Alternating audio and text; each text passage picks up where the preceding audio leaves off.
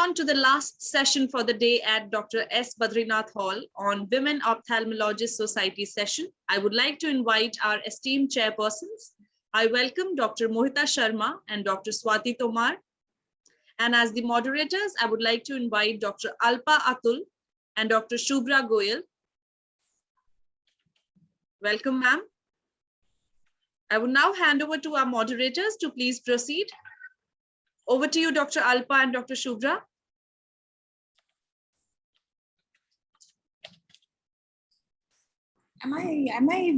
Yeah, okay.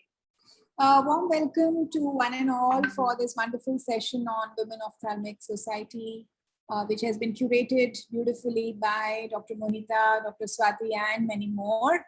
So without wasting more time, let's get going with our first talk, which would be none other than Dr. Mohita Sharma on WS. What does it have to offer? So basically the whole, the lifeline of Dr. Mohita Sharma and how she got into, this whole concept and made it work so beautifully in our country. So over to Dr. Mohita, please.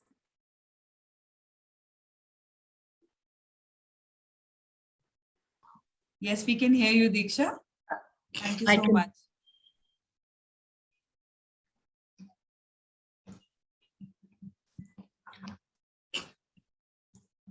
So on behalf of Women Ophthalmological Society, I welcome you all for this very interesting session. We have a mixture of all the things that we can see from all the inspiring women and all the women who have done so much. And I would now hand over to Alpa. Can you take that forward? I think Alpa is not there. So Shubhra, then, yeah. I already invited Dr. Mohita. So I already introduced the session. So Dr. Mohita, if you can start your talk on WS, what does it have to offer? Over to you. Thank you so much, Dr. Shubhra.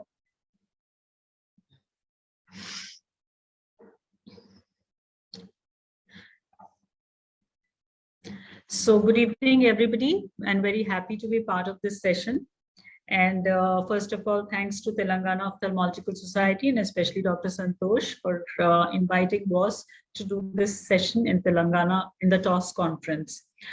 Telangana chapter has always been a very active chapter, and we have some very dynamic ladies here. So it's always a pleasure to meet you all in these sessions. So last 1.5 years has been very challenging time for everybody, and including for the societies, and most of the societies have been doing webinars and webinars and webinars. And in fact, people say that there is a webinar fatigue and they don't want to attend anymore unless it's really something which is new. So I will now talk in brief about what Women Ophthalmologists Society has been doing currently. And WAS as a society, as you all know, is known to be a society which does things differently. And so allow me to be a little philosophical in my first few slides, because WAS believes that you are not born to be mediocre and ordinary, and you are no ordinary people. In fact, you are a soul on a mission. And when you really want to do something, it's because your soul desired that.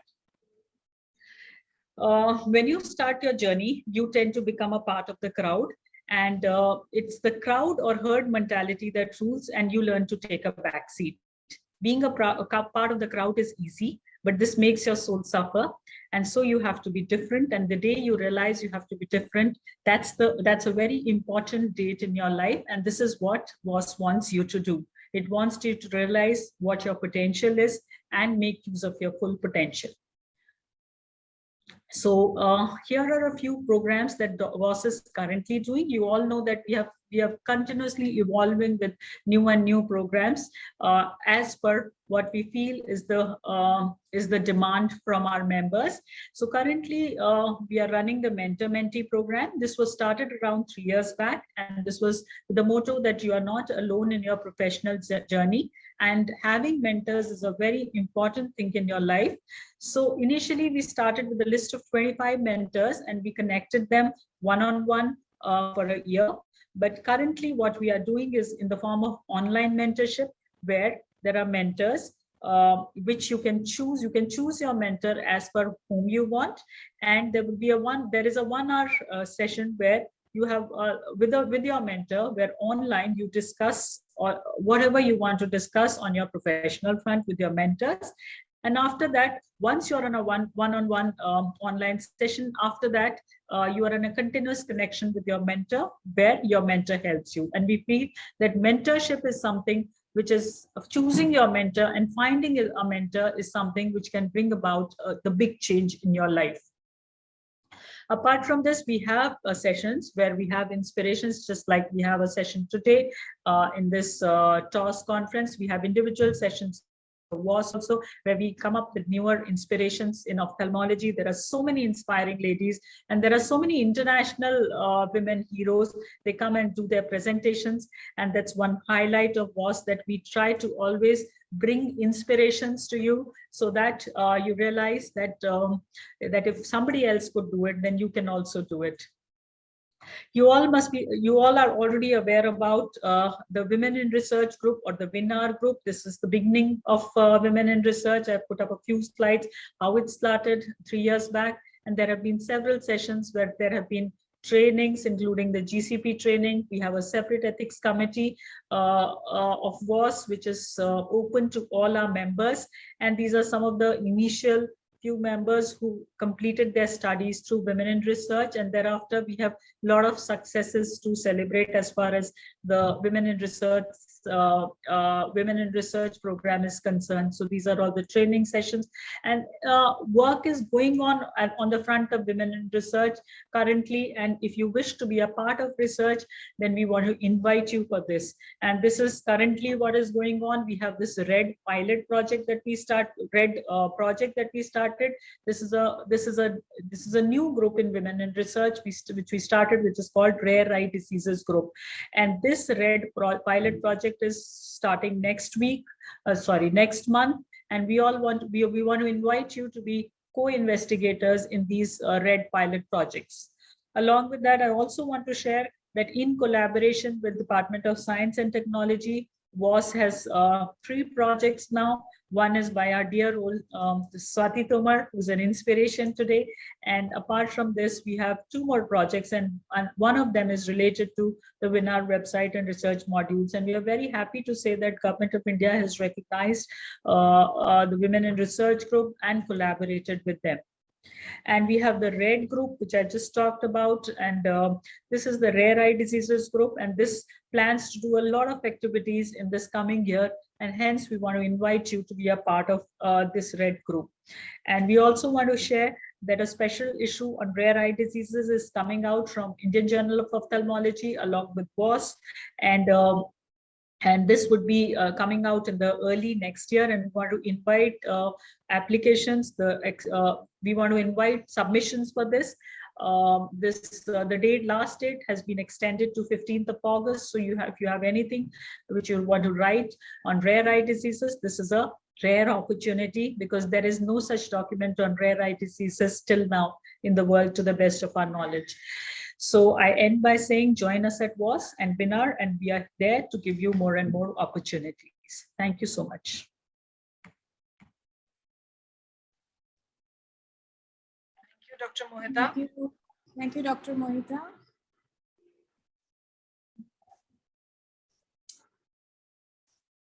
Can I go ahead? Moving on to the next presentation, I would like to invite Dr. Neha Jain for the title on RED group.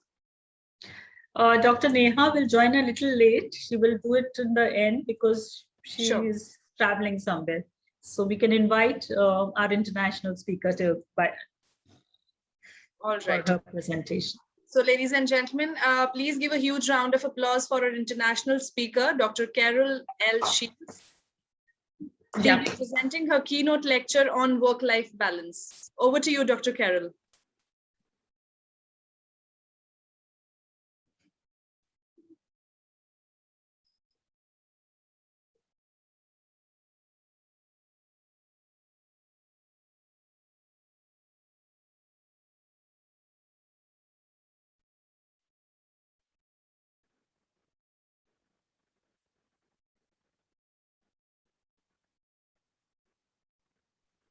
Can you see my screen and hear me?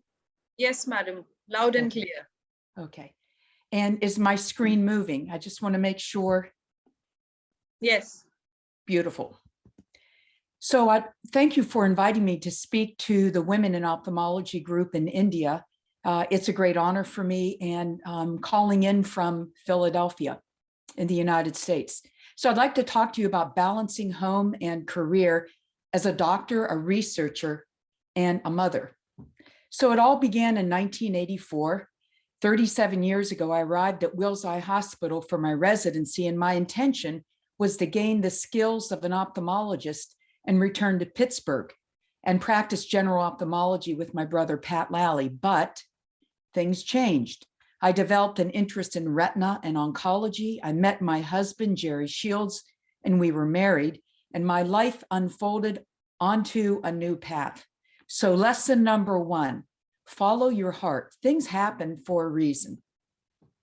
Over the past 37 years, I have been a doctor. I finished fellowships in ocular oncology and pathology, and I have a medical and surgical practice at Wills Eye Hospital in Philadelphia.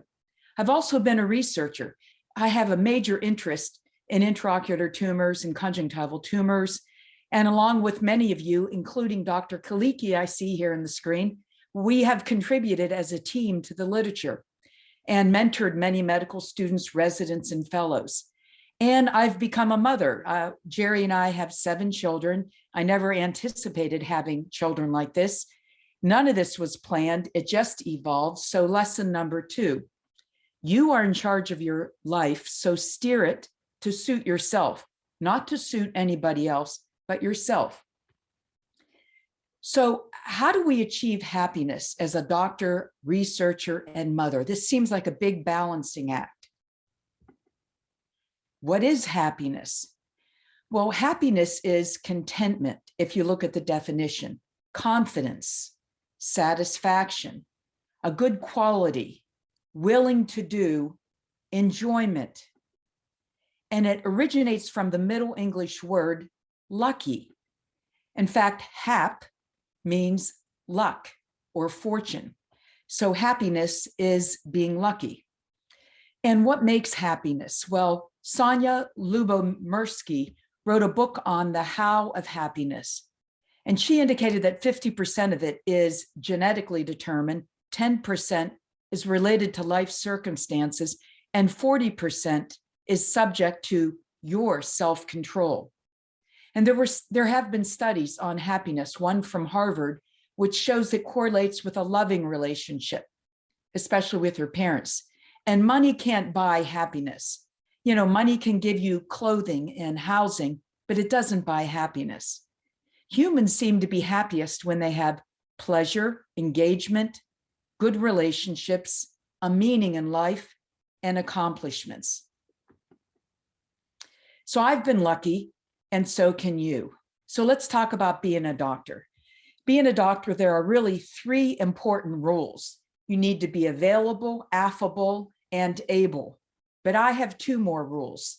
You need to be affordable, and you need to be accountable. And these are my rules because I run our practice, and I want our practice to be efficient and responsible. So I have 5 rules for a good doctor. In our practice, we see new patients on Monday, follow-up patients on Tuesday, and we operate Wednesday on babies with retinoblastoma, and Thursday, we do all our other surgeries.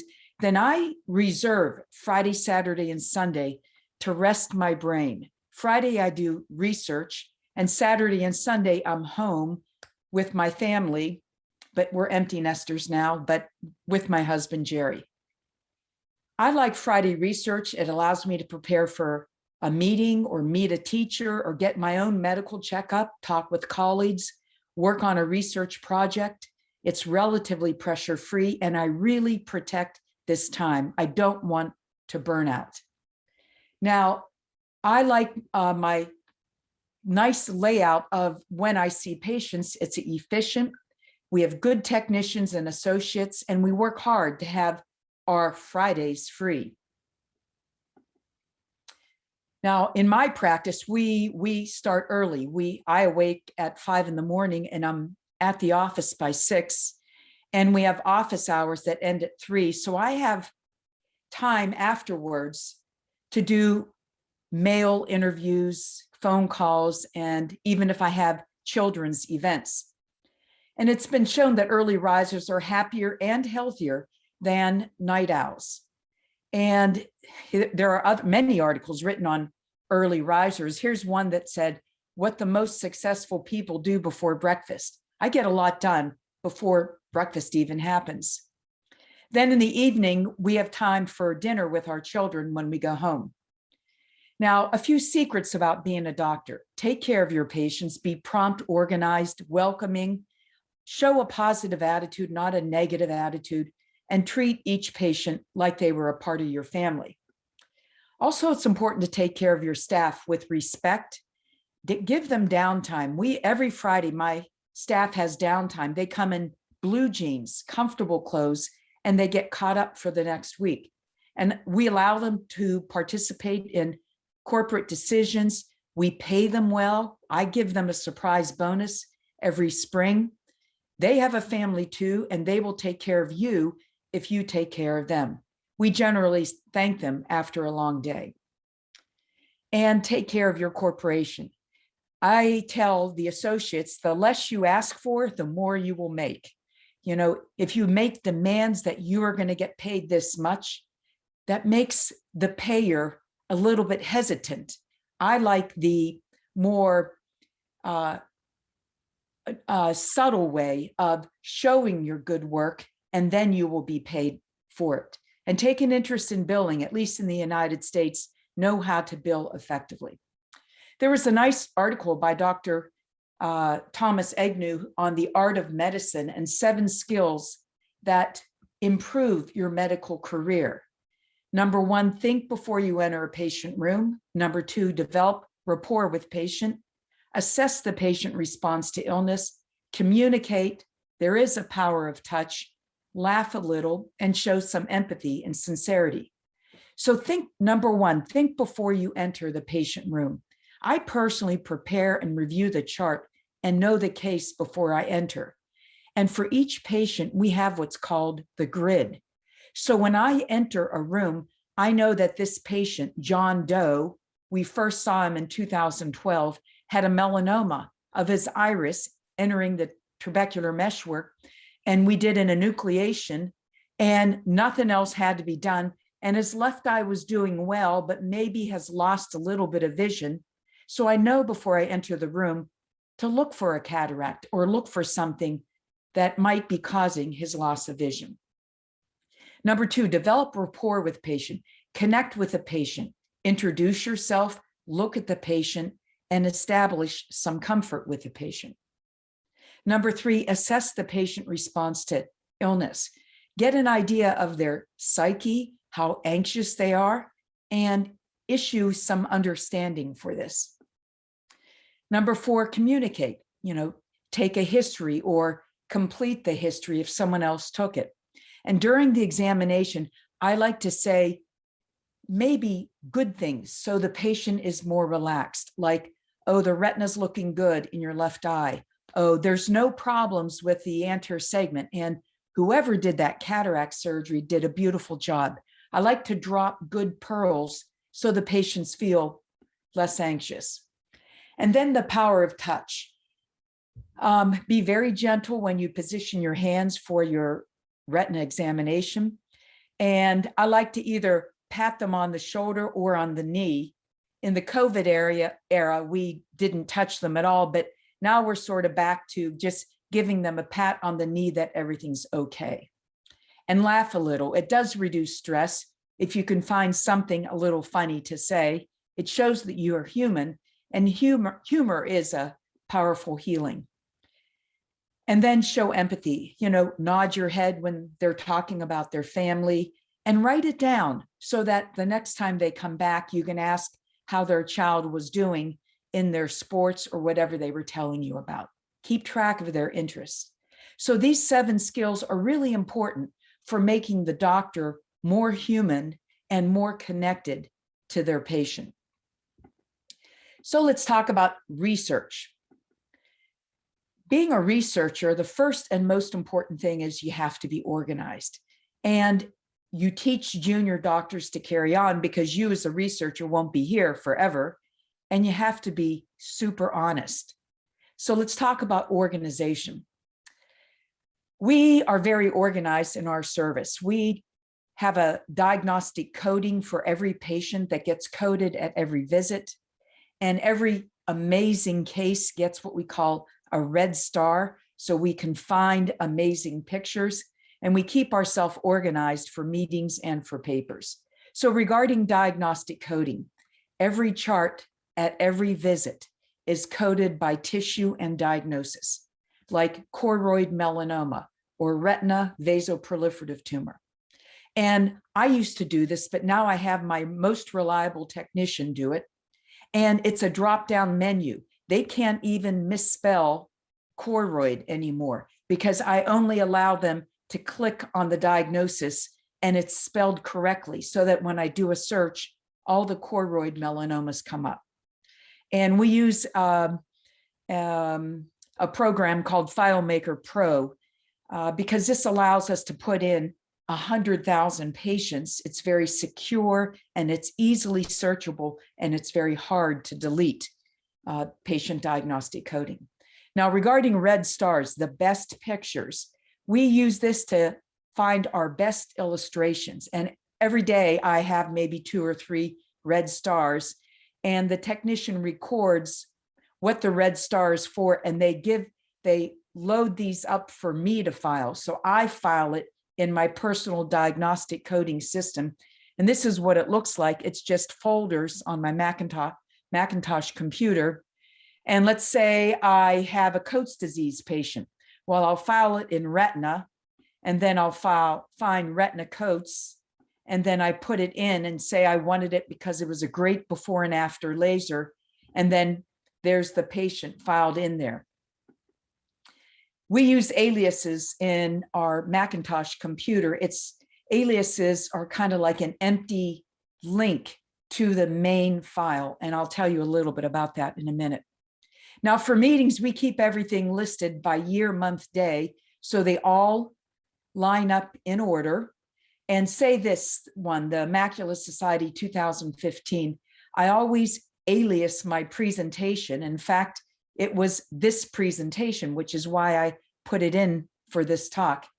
I'll use a presentation maybe multiple times in over several years if it's to a certain audience, and I update it, I improve it as time goes on. Aliases are important in Mac, and I'm sure they are there on PCs. It's an empty folder that links to the real folder. It prevents duplication of work. So if I give this talk to 3 different places, I don't put the talk in all 3 different places. I just use an empty folder, the alias, and it makes me find the single version of the talk. So it's a very nice way to keep one talk and avoid making multiple talks.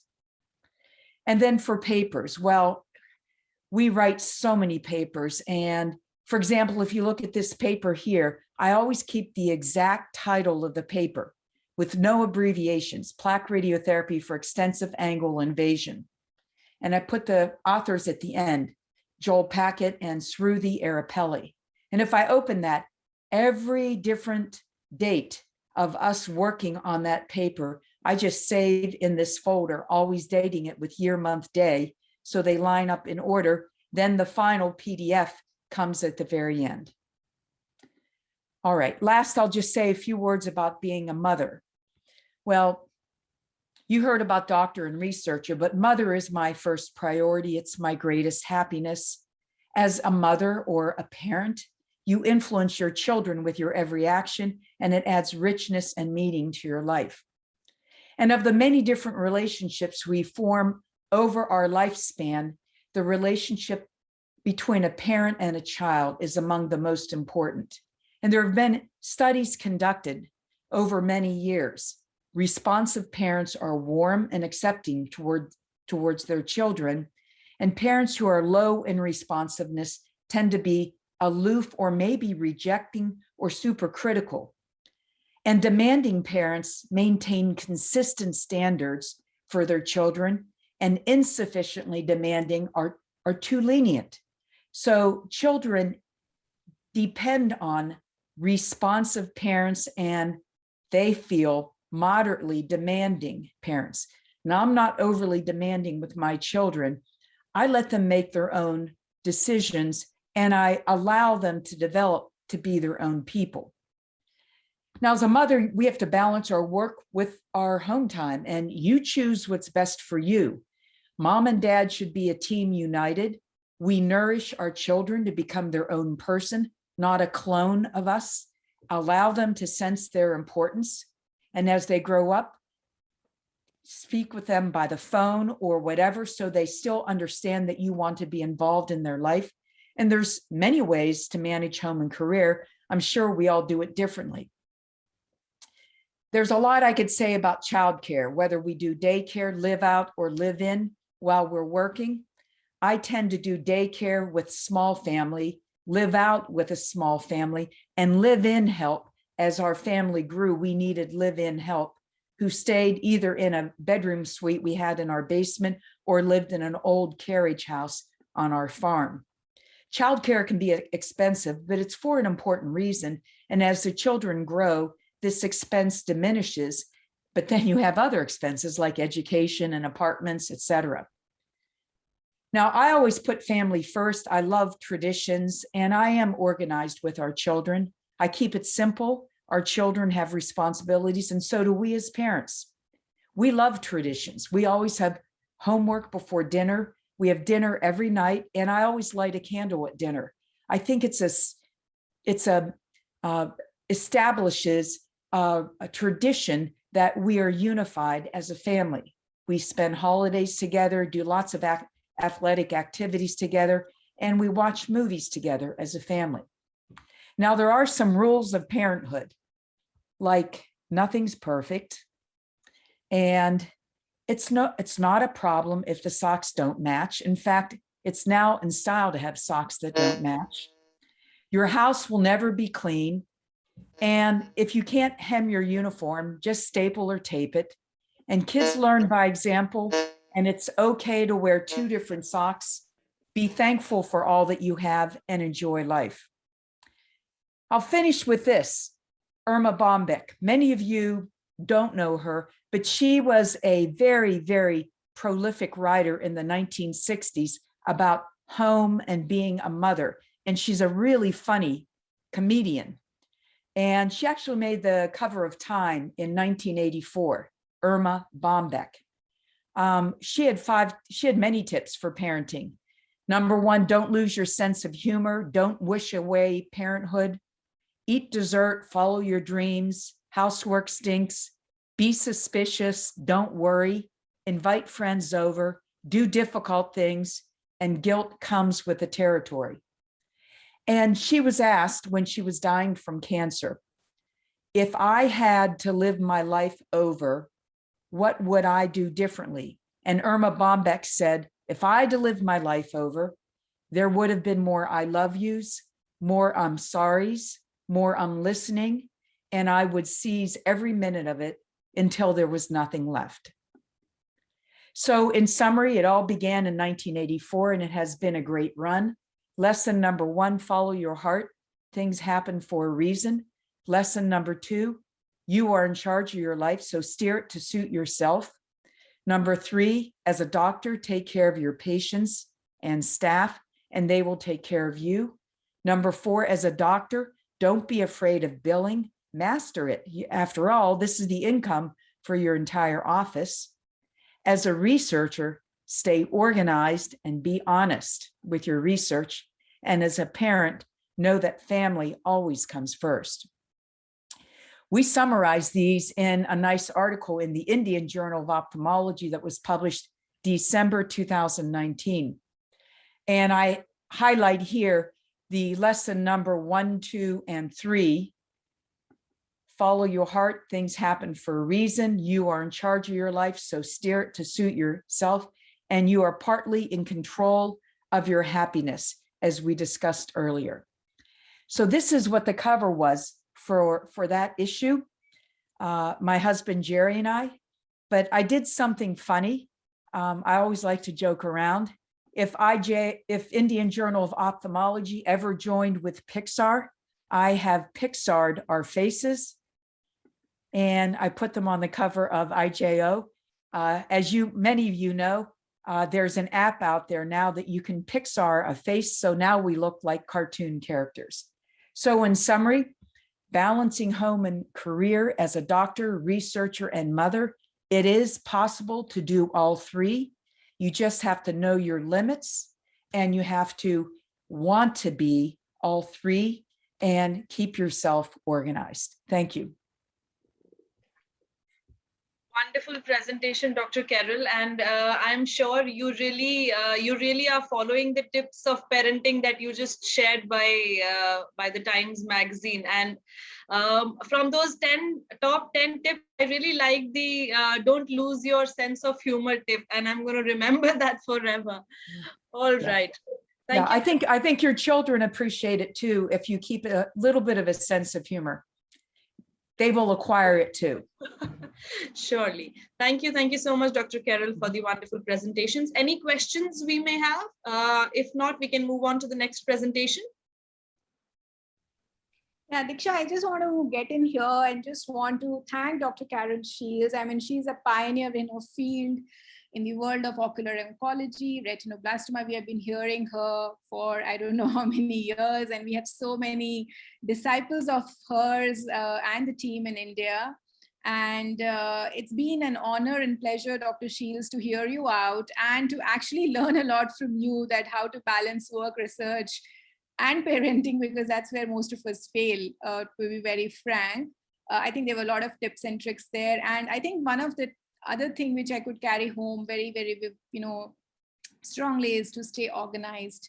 So Dr. Shields, it's always a pleasure to have you in the Indian Forum, and thank you so much for giving your precious time to us. And we value each and every tip given by you. Thank you so much. Thank you. And I think a lot of this goes back to Dr. Mohita Sharma's talk, where she said, you are special, you can be different, you can really make a difference in this world. And I think her talk was really very meaningful. So there's a lot of energy here in this symposium. Thank you. Yes. Thank you, Dr. Shields. Moving on to the next presentation, since we are not able to connect with Dr. Alpa, we'll move on to Dr. Shubhra Goyal. I would request Dr. Shubhra Goyal. The title of the presentation is Access to Podium. Over to you, Dr. Shubhra. Thank you, Diksha. Just give me a minute to share the screen. Sure. I think you have to stop sharing and then I can share. Yeah. Are you able to share now?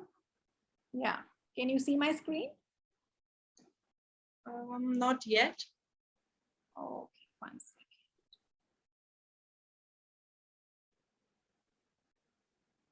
Okay. Yes, it's loading. Yeah, we can see your screen, Dr. Shubhra. Thank you. Okay, so first of all, thank you to Dr. Honavar, Dr. Rishi, Telangana Ophthalmic Society, and Dr. Mohita Sharma, Swati, Alpa, everybody, to have me on this forum with such wonderful, accomplished women, seniors, colleagues, friends, and it's always an honor to be here.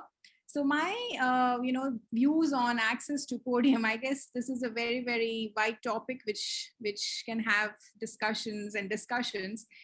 So these are my disclosures. And why, I'm just going to give certain insights from my own perspective that why is it important? Why do we need to have a podium access and presence? Is because we need to have a visibility in terms of highlighting our work, which is both clinical and academic. And it's also an area where we can learn, share, and pass on the knowledge to our colleagues, our juniors, and our students. And of course, very importantly, there are a lot of connections which we can make in terms of the academic circle and the social circle. And as Dr. Shields said, both need to be balanced when we are moving ahead in our academic life. Now, there is a very thin line of getting an access to podium talks or presentations is because there are two main people involved here. One is the organizer and the other one is the audience. And there's quite an interplay between the two. And I'll come with those slides a little later. Organizers are going to choose you as a faculty or as a speaker based on the work you are performing, the work you have been portraying, and the work you have been highlighting, your talking skills, your presentation skills, and so on and so forth. But the most important thing is how well is your audience taking your presentation and your work in all these presents. So I think what is more important is accumulation of both the organizers and audience, which comes as an interplay when the podium access or the podium talks come into picture. And how does one prepare and how does one approach to such such a journey in our careers is, first of all, I think nothing works unless we master our field. We need to understand what we are practicing, what we are doing. And when we understand it, the best speaker or the best presenter is that who makes it very, very simple and easy to translate the knowledge which he or she has learned and passes on to the audience. And also a very important thing with the super specialty era is explore your niche area, because you can't be present everywhere. Have your niche area ready and you be the master of that. Make it simple, easy. And that's where you would have the connect between the organizers and the audience. So the core strengths are nothing but your training, your experience, and as I said, the mastery. Now, this is a very nice visual depiction where there is a feedback mechanism. As we understand, there's always a feedback mechanism in whatever we do. So we are the channel as a presenter to pass on the message, and the receivers are the audience, the organizers' audience, or the people who are listening to us. And based on how we are presenting, how we are sharing, there is going to be a feedback given back. And that would determine whether you are doing well as a podium speaker, presenter, and how you could improve yourself in future in terms of your presentation skills, mastering your techniques, and making yourself better in what you do. Again, I think the core strengths are all of them, that you have to manage your audience. You present it so well that the poll goes in your favor. You take care of all the technical considerations and be very honest in sharing your experiences, because that's seen through. If your experience is not shared in a very sincere manner, it's seen through, and that's kind of read through. So as again, I'm taking the words from you, Dr. Carol, be sincere and honest in what you do and present, and that would never go wrong. So how do I feel personally is that it's not actually a substitute to what we do. There are lot of things go at the back end, and podium access and presentation is just one of the features. What is important is at the back end, one has to keep working hard, keep doing the clinical work, publications, research, innovations, or whatever you like, whatever your core strength is. And when you combine all these is what make your podium access and presence very, very powerful. So I would just say anytime you are on the podium, it's good, it's excellent, and you can keep exploring, making yourself better, bigger anytime, every time you go out there. So thank you very much.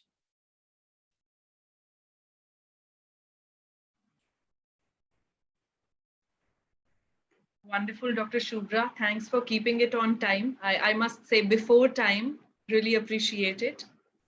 Any questions for Dr. Shubhra?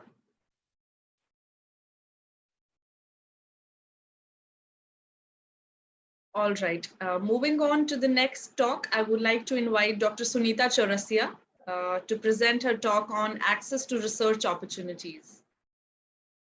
Thank you, Diksha. Welcome, Sunita.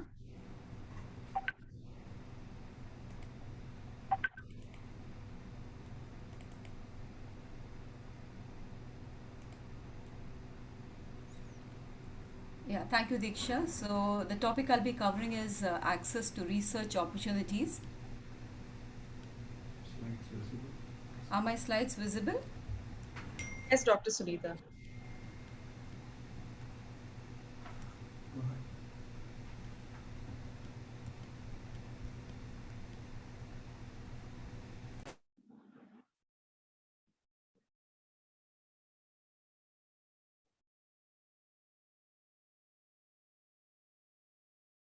Dr. Sunita, looks like you're on mute.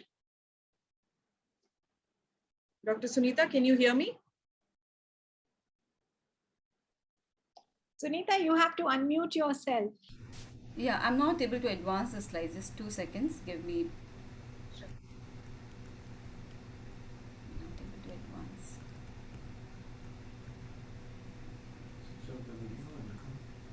Just a second. I'm not able to advance the slides. Sure.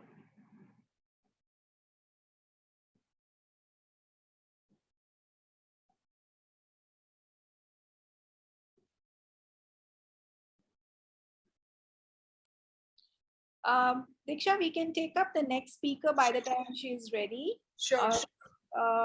Sunita, are you able to? Otherwise, we can take up the next talk and you can come in later in the in interest of the time. Yeah, I'm able to do it now. Yeah. Okay, fine. So then go ahead.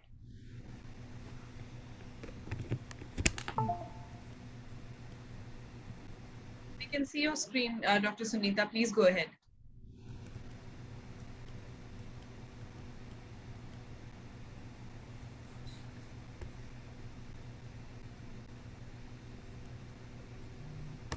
Dr. Sunita, can you hear me? Okay, fine. I think there's some, I'm not able to advance the slide for some reason. Anyway, so before going to the presentation and my thoughts on this topic, I would want to say that I do not claim a mastery on the subject, and whatever I'll be speaking is based upon my humble journey of researching over the last 10 years, and due credit to the privilege and opportunities, guidance and support system I had all around me. Now, why is research important? Now, I can list out several things and we all can add to it. It is important to do the research because we have to contribute to the body of literature. It improves our understanding and management of a disease and a condition. We all have our intellectual curiosity. To nurture that, we should pursue research and recognition in the field of our specialty. By doing research, that gives us a platform to showcase our work, and is a barometer productivity at our place of work. Now, this is a fundamental fact. In the oceanic body of knowledge, what we really know is too little, and there's bountiful to keep our curiosity alive. Now, there are several perceptions when we talk of research. Firstly, the research is only for scientists and not for clinicians.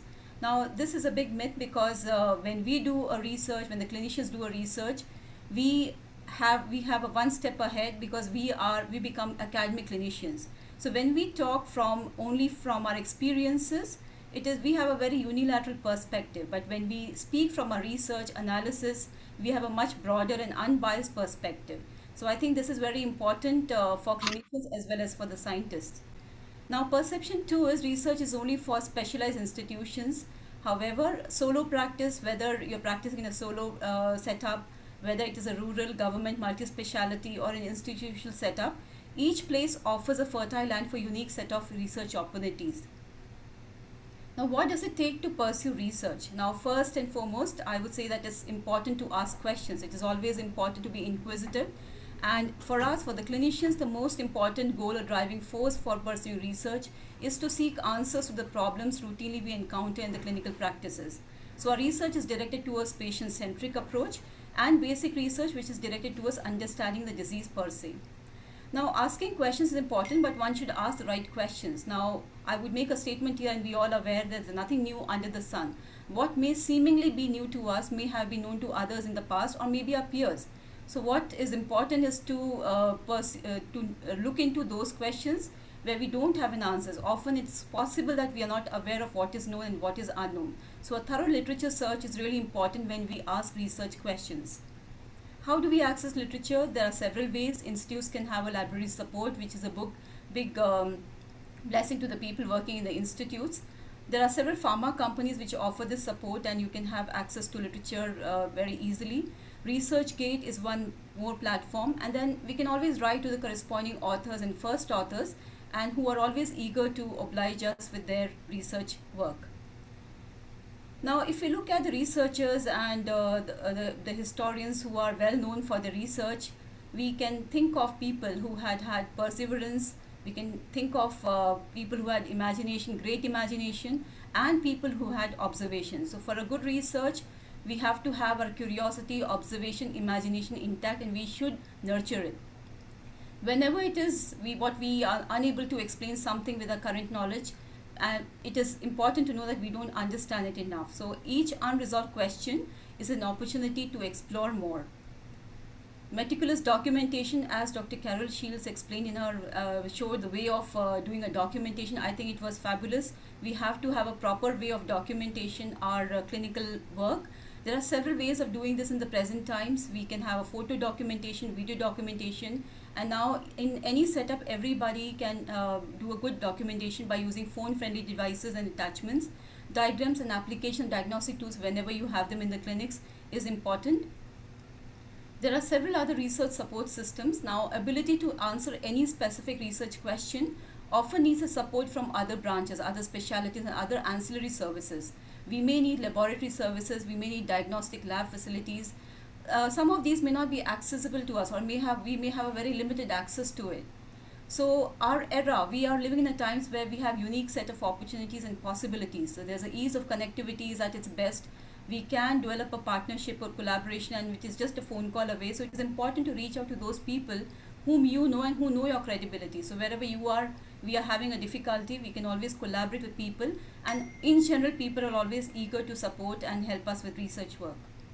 Now, if you want to have a research directed towards a specific area, one would have to look for overseas opportunities.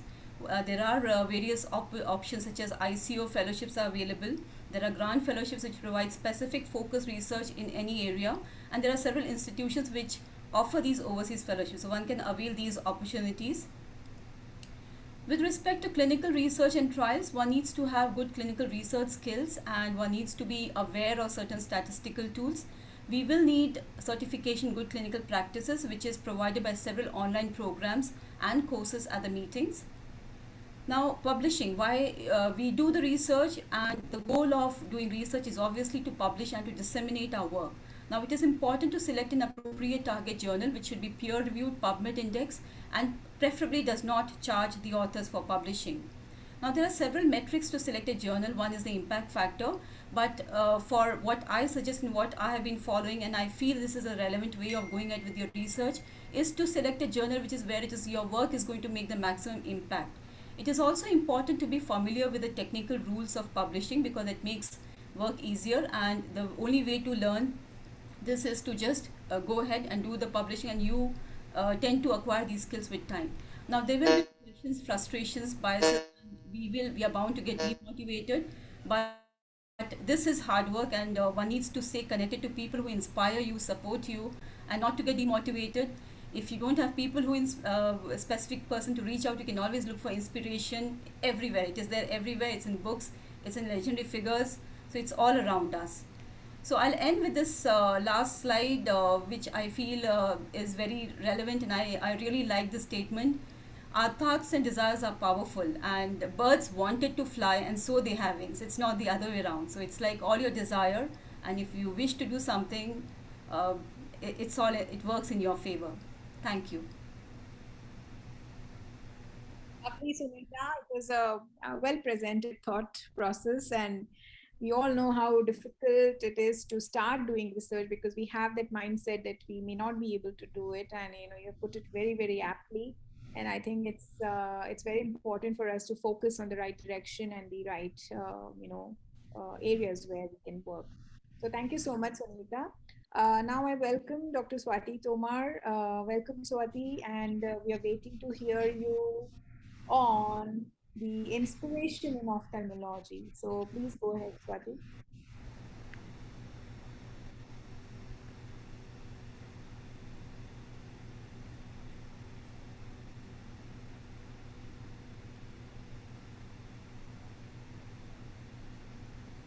Swati, you are on mute.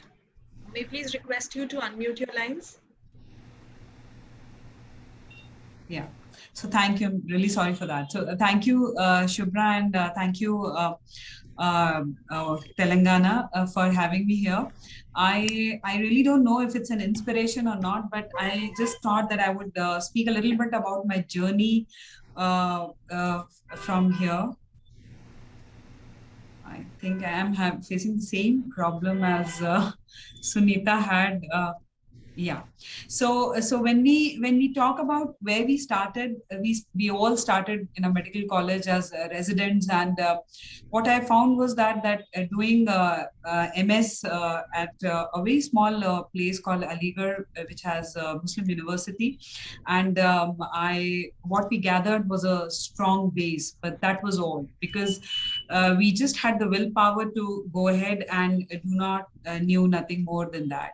Somebody told me about a fellowship at LVP way long back, and I really didn't know. That times there were no phones or mobiles, and we just could have a very limited access to the places where we could access the internet. And then I found out about this fellowship, came for the interview. Dr. SH was one of my interviewers, and this is where I started my serious learning.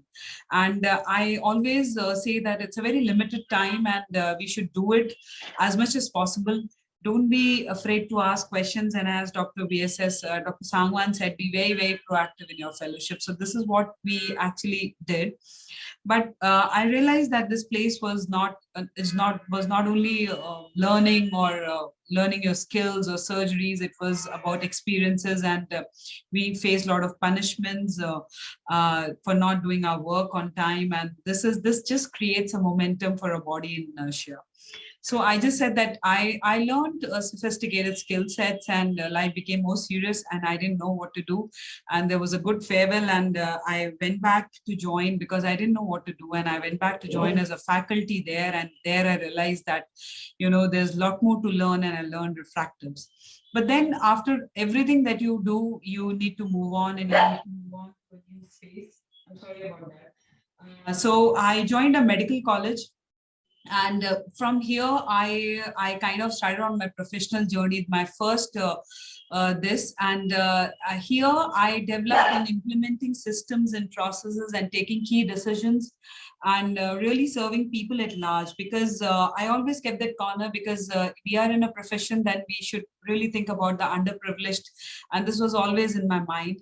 But after having served for 14 years in this university, I thought this was not enough, and I should move on from here. And I thought that I need to take a bigger responsibility by generating employment, taking care of families. And there's a huge responsibility in the eye care sector. And that's when I thought that I should build up my brand and my image, and not to work for an organization. And this is something that I really wanted to do from the bottom of my heart, to start an eye bank. And I was lucky enough to have a very good, great people with me, and very nice team that helped me in getting this eye bank going. And we did a lot of awareness campaigns, a lot of work. And as you can see in these pictures, all my patients were usually women from rural areas who were one-eyed. So you can imagine how far and how difficult it is, and how late do they report. And this is something that really strikes me. And we usually do a corneal transplant free of charge. I do not charge anything. And I keep on seeing them free of charge. So, but was it enough? I really don't know. It wasn't enough so much. So I started my own hospital, and I went back at a full circle, starting with very less of resources, whatever I had, and very less staff at the time, like about 3 years back.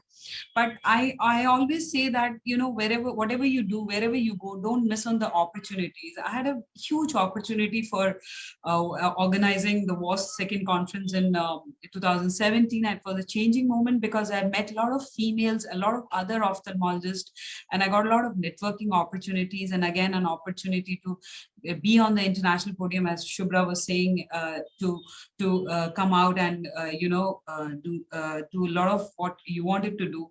But major breakthrough through WAS. So it's very important to have good inspiring societies and inspiring people with you. So I got this DST grant, which was my first grant as a PI, and being in private practice and solely on your own, I think it really means too much to me, and it's very close to my heart. So I always say that, I always share this picture, that pat your own back once in a while, because people are not going to come out and tell you that, you are doing a great job. And so a lot of times you're all alone in your journey, and there are a lot of problems that you face, but just keep patting your back once in a while and keep saying that this is what is meant for me, and I'm doing the best. And all this happened while my kids were growing up. So as Dr. Carol Shields said that it's all a balance. So I think it's just a balance about how you take care of your home, the patients and the family, and your hospital and your work. So all this was when I had two very small kids, and these are my mentors. I would never forget whatever I learned from them, and this is all whatever I am today is because of them, and many more which are not there in the picture. Many more inspired me. Even my kids inspire me. So everybody at all levels inspired me. And I always thank my patients first, because they are the best teachers. Thank you so much. Thank you, Swati. What a lovely talk. And I think not once in a while, we should pat our backs every moment we get in our lives. So just keep patting, because we do multitasking as women. And also, being at the forefront and doing so many amazing things. So wonderful journey, Swati. Thank you so much for sharing. Thank you, Shubhra. So up next is Swati 2, Swati Kalki. She will be presenting on International Women Hero. So Swati, over to you. Thank you very much, Shubhra, and thank you to everyone who thought I was worthy of presenting in this forum. And when I asked Alpa as to what you want me to present, so she said that you please select any paper that you think is has got relevance at the international level, and please present that. So I'm just going to present one of my work here. So I'll share the screen.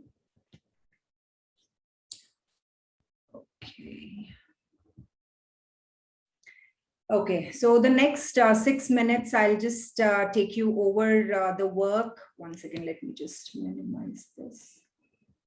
Yeah, take you over the work that kind of took off at LVPI, and I think this is being followed by many across the country now, and probably in other parts of the world as well. So it's about the concomitant simple limbal epithelial transplantation following excisional biopsy of ocular surface squamous neoplasia. I do not have any financial disclosures.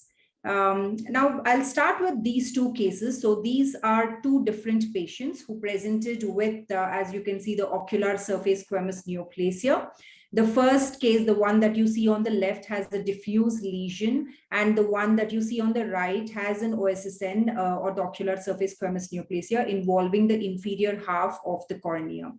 Now, both these patients underwent the traditional treatment, that is excisional biopsy. And as you can see, the surgical result has not been great because they developed total limbal stem cell deficiency in both the cases. The first case developing total, and the second case developing a partial limbal stem cell deficiency. Now, these were the times when at least the first case was treated many, many years back, when the topical treatment was not much used. Mitomycin C was used in that patient, but it was not successful. And in the second case, the patient was on other topical medication as well, but because of poor response, he had to undergo excisional biopsy. Now, these two patients, now how do we go about treating these patients? So what we did was a secondary simple limbal epithelial transplantation was done in both the cases. And as you can see, it has not been a great result because the patients went on to go back to square one, where they went on to develop limbal stem cell deficiency again. So if we look at why has this occurred? Now, it is because when we do surgery on these cases, there is iatrogenic limbal stem cell loss that occurs. And also probably the limbal stem cells are already destroyed by the tumor itself, resulting in total or partial limbal stem cell deficiency after surgery. So how do we treat this? So the only solution that we can think of is to replace the limbal stem cells.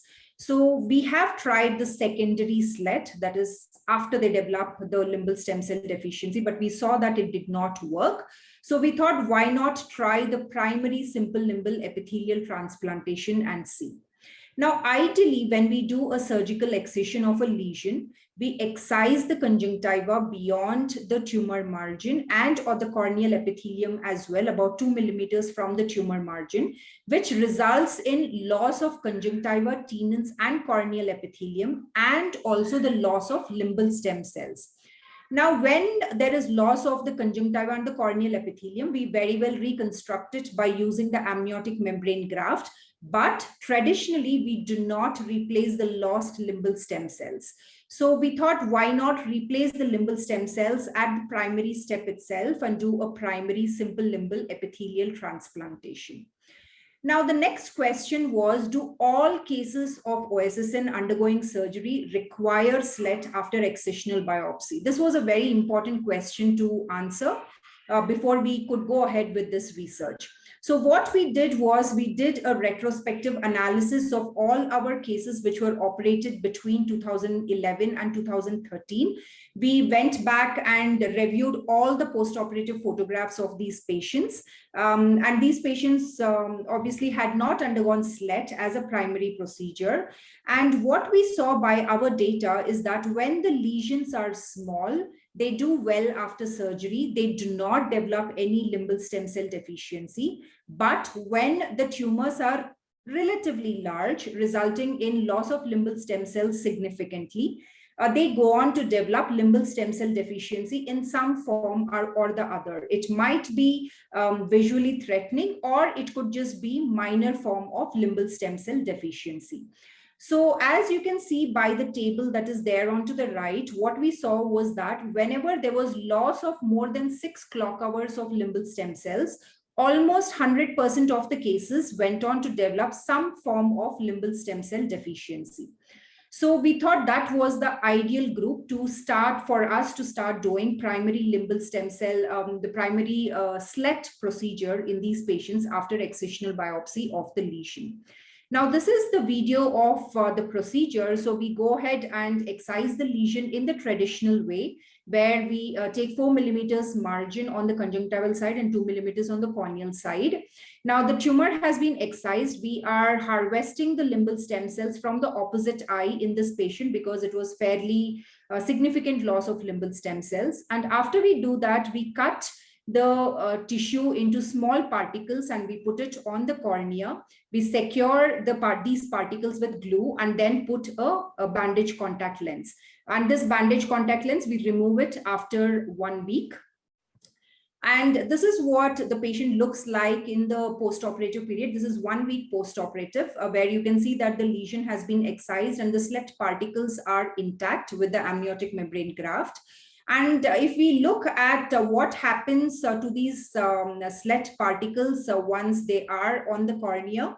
Now, this is D1 post-operative, where you can see the SLET particles are there. By day 5, the epithelium starts developing from these SLET particles. By day 8, you can see the epithelium which is present between the 2 SLET particles. And by 6 weeks, the epithelium is nicely formed. And by month 3, these SLET particles almost disappear and the cornea is normal without any evidence of limbal stem cell deficiency. These are some of the examples where we did this procedure, and you can see that post-operatively, though they are very large lesions, these patients did well without any evidence of limbal stem cell deficiency. And this is the article that we published on the same. This was a pilot study where we did on 7 cases. So in conclusion, the primary SLET after excision of OSSN involving more than 6 clock hours of limbal stem cells prevents or at least definitely minimizes the signs of limbal stem cell deficiency. Thank you very much for a patient listening. Thank you, Dr. Swati. Really appreciate your insightful talk.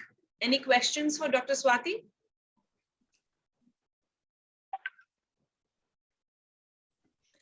I have a question.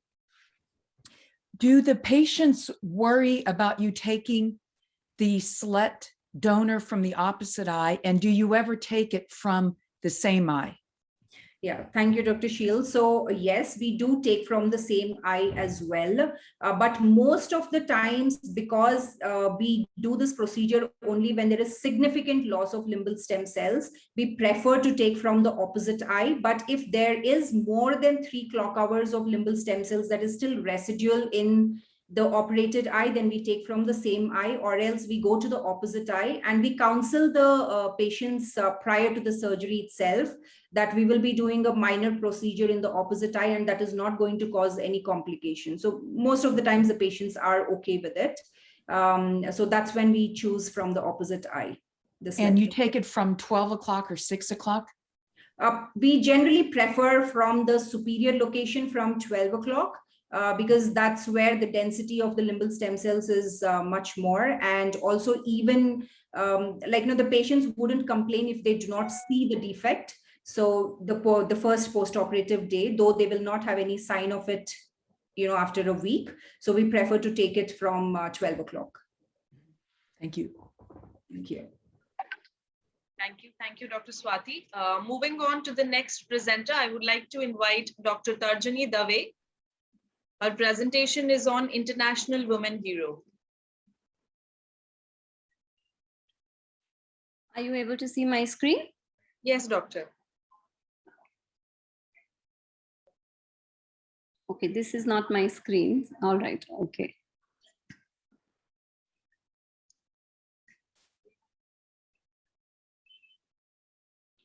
Yes, Dr. Dave, we can see your screen. And I'm clearly audible as well, right? Loud and clear, yeah. Thank you so much. So thank you, Diksha. Thank you, Dr. Alpa, Shubhra, Dr. Mohita Sharma, and the entire WAS team for having me here. And like Swati mentioned, I was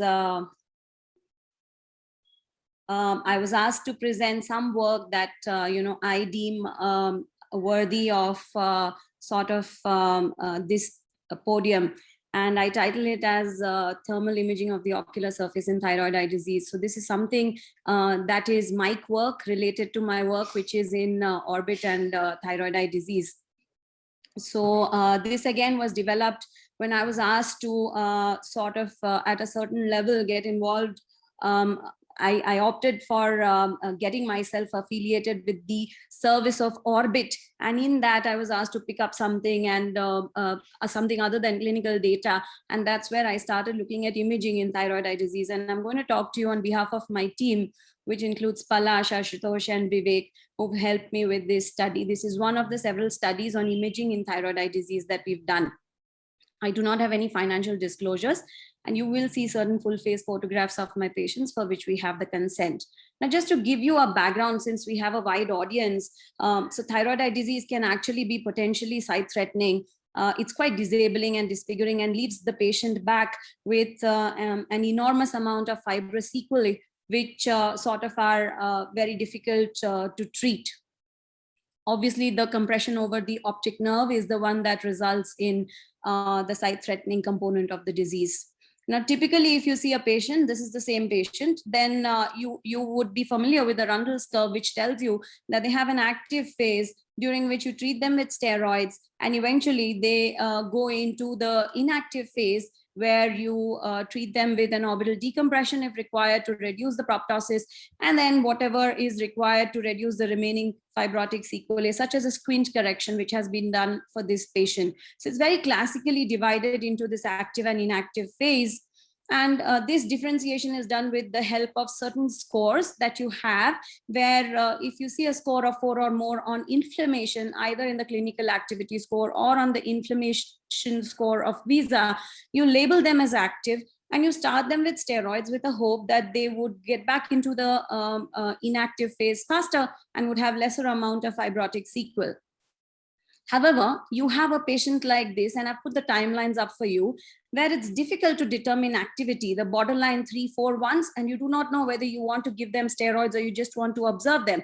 For example, this lady who had absolutely no treatment with steroids looks almost the same 4 years down the line. So what do you do in this kind of a patient? How would you at 2017 know how she's going to look over a period of time and whether she's actually active or not? So there's a lot of subjectivity that comes in when you are grading these patients in terms of your inflammatory scores. Versus that, a gentleman, again, similar timelines, who at the end of 4 years now has developed bilateral disease, and you see the obvious fibrotic sequel. So was there any way for you to predict how a patient is going to land up when they present to you? Was one thing that is not very clear in literature, and that is what we sought to understand. So we wanted to look at the ocular surface temperatures and sort of tell us whether these patients are active or not, and then use the patient's timeline to understand whether we can use this as a marker to differentiate active from inactive patients. For example, the last patient over here looks very similar to the other inflammatory patients that you see, but he has a CAS score which is less than 4. So where exactly do you put him was the question. So what we did, I'm going to skip this slide. What we did was to image 11 patients with active thyroid eye disease, 46 with inactive, and 40 healthy controls, and gather their thermal imaging parameters. All of these patients had thyroid eye disease, and we had ruled out any other disease that would raise the ocular pressure. And they had measurements of the temperature at predetermined points in every group, as you see over here. This is a busy slide which shows you that these are the points where we imaged, and we took all care to make sure that temperature as well as humidity wise we were absolutely controlled, and we had the patients also parameters also controlled by avoiding them having any hot or cold drink before the measurements were done, and so on and so forth. And we used a thermal camera which helped us record the video of the ocular surface temperature.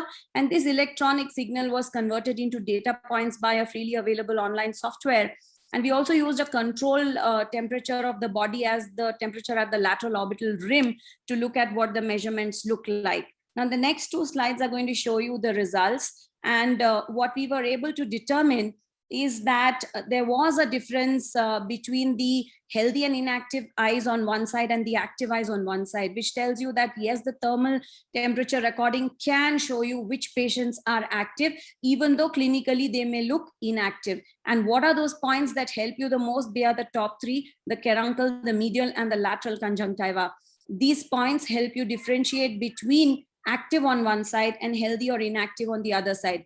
Well, we couldn't make a difference between healthy and inactive eyes, but then that is what is very intuitive, right? So you are at least able to pick up those eyes that have activity, even though clinically they may not look active or have an inflammatory score less than 4.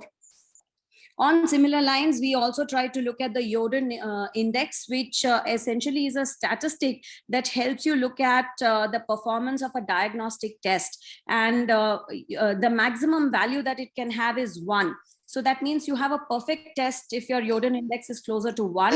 And then the 3 points that I mentioned to you, the caruncle, medial, and lateral conjunctiva, rated quite high in terms of the Yoden index, telling us that yes, this test can actually sort of give you a surrogate marker of activity in thyroid eye disease. So to conclude, we saw greater values of temperature at the caruncle and medial conjunctiva, and this helped us predict active thyroid eye disease in patients who were otherwise looking inactive on clinical activity score. And this was closely followed by the value at the lateral conjunctiva. The eyelids and the corneal temperature did not assist much in differentiating active from inactive thyroid eye disease. We know from the natural history that actually the caruncle and medial conjunctiva are most prone to inflammatory changes. And this explains why we are seeing significant results in that area. And the eyelids and the cornea, possibly the eyelids due to the constant movement and cornea due to its avascular nature, do not show temperature changes even in those patients who have active thyroid eye disease. So just as an extrapolation, we're all very familiar with this temperature gun in COVID. Could we extrapolate this sort of thermal imaging to a test in the clinic which just measures the ocular surface temperature and lets you know that, okay, this patient is going towards active disease and requires treatment? This is what we published, and for all those who might be interested, you could take a look at this paper as well. Thank you so much. Thank you, Dr. Dave. What an insightful presentation. Any questions for Dr. Dave?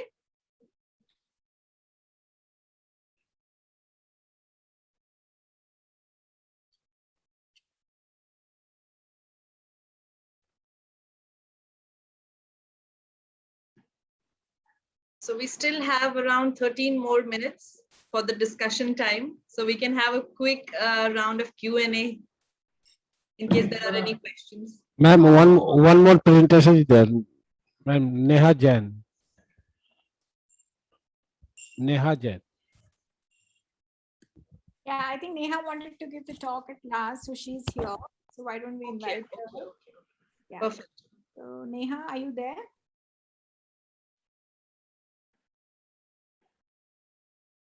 Dr. Neha? I think Neha was here. I can see Dr. Neha, but One sec. but she's still on mute. Dr. Neha, can you hear us? Actually, she is not able to share her slides, so I'm going to share from her part and she can speak. Neha, you can unmute yourself and I'll start sharing the screen.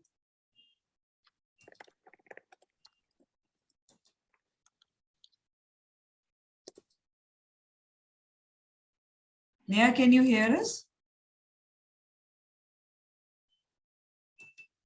I think she's facing some trouble with the. Yeah. Yeah. Dr. Neha, can you hear us?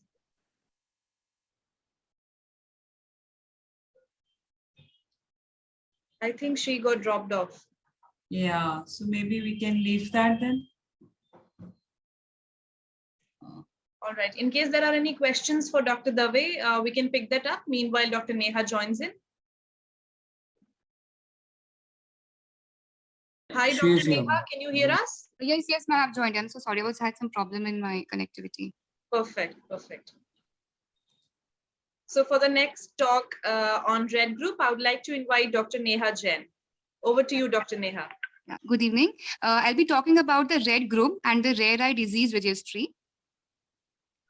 So at the outset, I would first of all like to share a video which through which we'll get a background about what this Red Group is really about. Ma'am, just play the video, please. Hear the audio. Is that only for me or it's the same case for everyone? I'm trying. Sorry, doctor. Stop the screen share. Once you press the green icon on the Zoom, you have at bottom share system audio. Okay. Please check it. So then the audio in the PPT will be heard. Okay. So can you please play that again and see? I have done that. For discovering newer therapeutics in the management of the rare eye diseases. Start from beginning, ma'am. Start from beginning.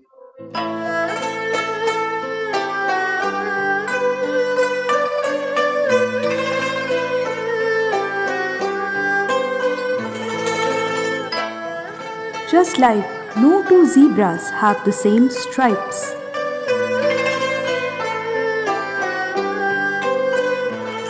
Each of the rare and genetic eye disorder that we encounter in our clinic is different.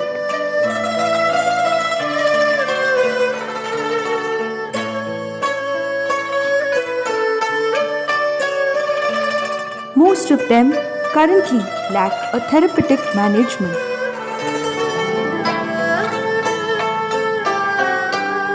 Let us all come together and form the Red Group dedicated to the rare eye diseases. The rare eye disorders vary across the country. It's time the clinicians from different parts of the country come together and help in forming a cloud-based national eye registry and contribute towards research for discovering newer therapeutics in the management of the rare eye diseases.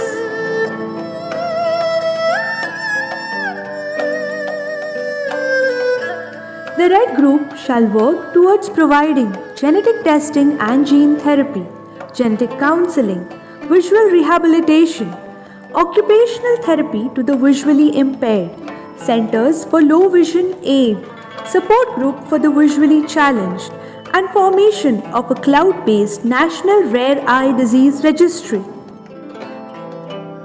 Each disease is unique, so let us all make a difference.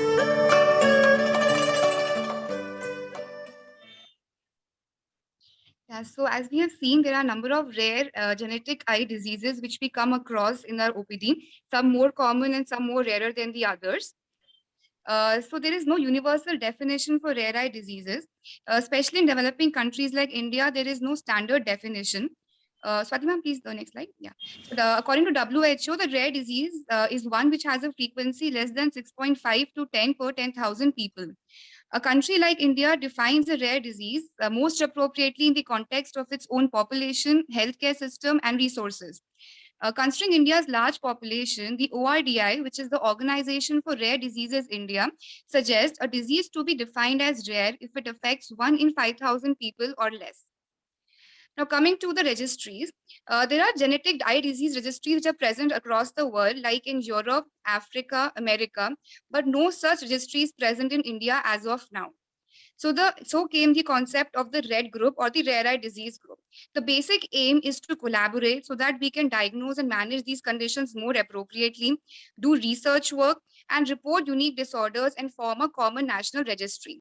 So as we saw in the presentation, the main objectives are to form a support group which can help in rehabilitation, counseling, genetic testing, therapy, and low vision aid procurement to our patients, and also form a central national registry. So as this is a first of its kind project, we have thought that first we will shortlist some diseases and we form a registry for those, and later on we can include more diseases in this group. The investigators, leads, and coordinators will be selected as per the eligibility criteria. Extensive cloud-based template which are customized to the disease individually will be shared, which will contain information regarding to the demographic data, clinical history, family history, social history, imaging, examination findings, etc. All this information will be recorded, shared, and stored at one common platform.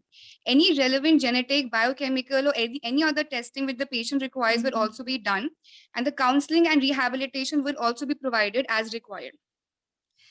Based on this, we are also coming upon a rare eye disease special issue with the IJO.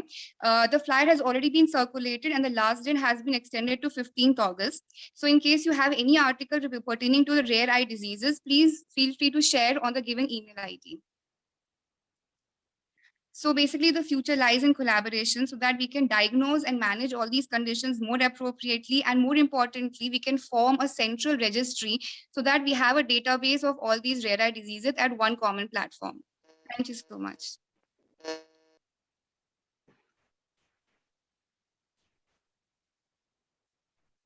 Wonderful presentation, Dr. Neha. Any questions for Dr. Neha?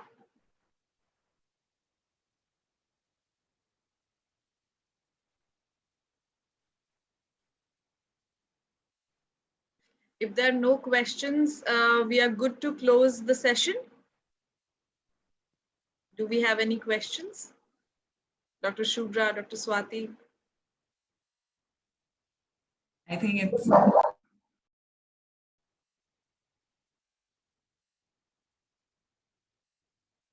all right.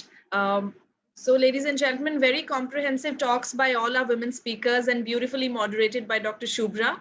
Thank you so much, Dr. Swati and Dr. Mohita, for chairing the session. With this, we conclude this session, and I would like to take this opportunity to thank all the delegates present here. So ladies and gentlemen, since we are a one big happy family, let's hear it for all of us present out here. I would request all of you to please unmute your lines and switch on your camera, and give a huge round of applause to all of us present out here. All right, amazing. So with this, we have come to the end of day one, TOS Vision 2021. Let's hear it for all the entire core team of TOS Vision for making this conference virtually happen considering the current pandemic times. This is your virtual host, Diksha Raina, signing off. See you again tomorrow morning. Till then, keep smiling and stay healthy. Thank you. Bye. Thank you, everyone. Thank you, everyone. Bye-bye. thank you. Bye. Thank you. Thank you.